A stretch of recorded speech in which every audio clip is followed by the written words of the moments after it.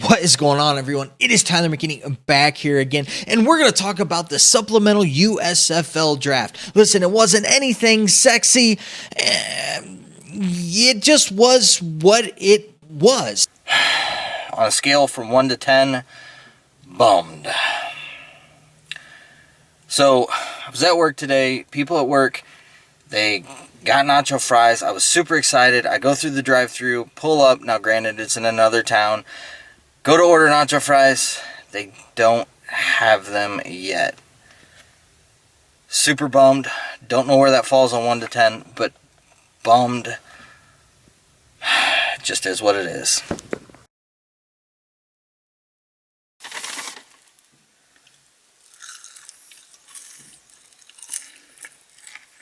And that's pretty much how the USFL has been doing things. They really have been chugging along, getting the information out there, putting things out there for us. I will say I love this, format where they just put it out on their social media, and you get to see that. They give you the information. You can go look up the guy and do it that way. It's been kind of a cool process with it. I kind of enjoyed that. Now, to get the big elephants out of the room, the reason why I said it wasn't flashy, it wasn't sexy, it wasn't any of that. There was literally zero quarterbacks. I guess if you want to say Tyler Polka, who was really taken as more of a wide receiver, he's a slash quarterback guy, but really there was no true quarterbacks taken. So, the whole rumor of Brandon Silver's signing with them, he hasn't been put on a team. Now, whether or not they might allocate him in the next few days or what with that, I don't know. But as of right now, no quarterbacks.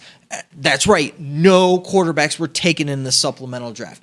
So I guess I said patience 12 times in my previous video. So, Fireman Ablaze, email me your favorite team, and I will try to hook you up with something. All right, let's get back into the video. Now, to turn our attention towards the kind of the minutia of things and where they went with it. Here's kind of how things, kind of transpired. There were 14 different offensive linemen taken, which that's not a surprise.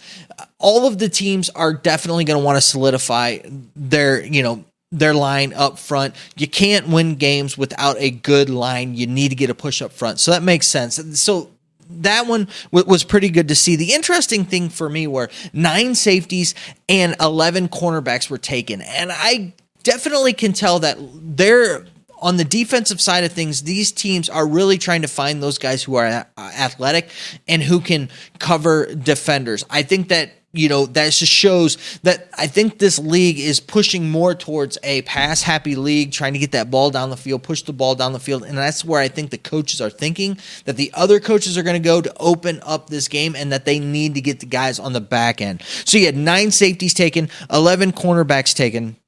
The one that really shocked me here was that 9 tight ends were drafted in the supplemental draft. So really almost an eighth of all of the picks were tight ends. Now, granted, I will say that I think that there was really only one true round in the actual the first draft that was dedicated towards tight ends. So it would make sense, I guess, that they would be a little bit top heavy here.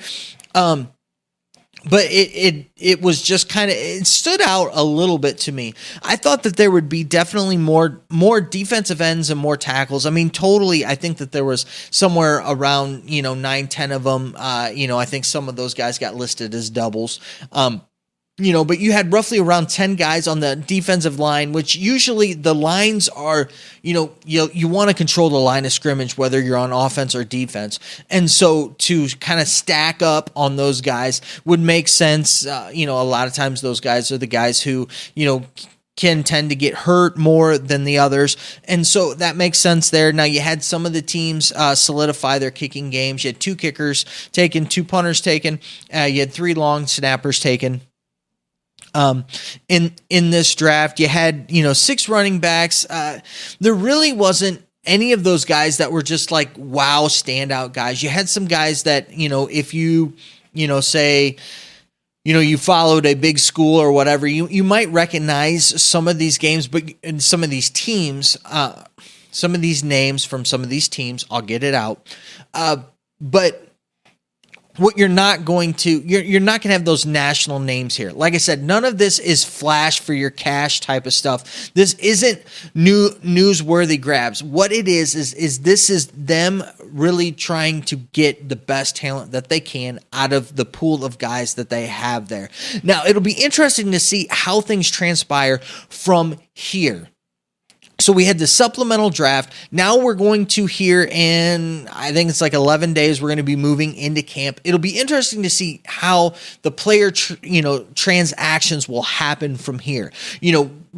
Will guys, how guys will get released, how they'll pick up other guys, how they translate through this camp. Will there be trades? Won't there be trades? How all of this will develop will be really, really interesting to me, because the XFL, as they went into their season, as they went into their camp, you could tell that they were moving and, players around, and different guys getting allocated to different teams. That, speaking of the Brandon Silvers, maybe Silvers gets put on, one of these teams, and the other guys get moved around. In that quarterback position, it definitely seems like these teams seem to be pretty solidified with who they have. Now, once they actually get on field and see these guys, might be a different story. And that's really kind of where we move from here. Now it's really getting into the product that we see on the football field. We've gotten through all of these picks. We see where everything is at now, and all of the players that are there, and we'll see how things transpire from here. All in all, it was fun to watch. It was fun to follow along, but there wasn't really anything that wowed me, set me off, impressed me. There wasn't anything that I was disappointed in. You kind of wish there was one of those like cool moments where there was like some big guy that, some big name that of that came out that was cool, that, that signed with the USFL, but there really wasn't any of that. But right now, we don't need that. That's not how the USFL has been doing things.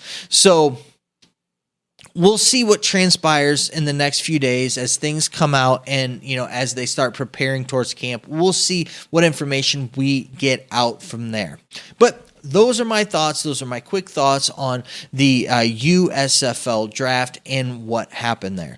So, as always, I want to know your thoughts down in the comment section. Let me know down there, and we'll continue the conversation. All right, guys, listen, I know that you're busy, and I know that I'm busy, so let's get on out of here. You have a good night.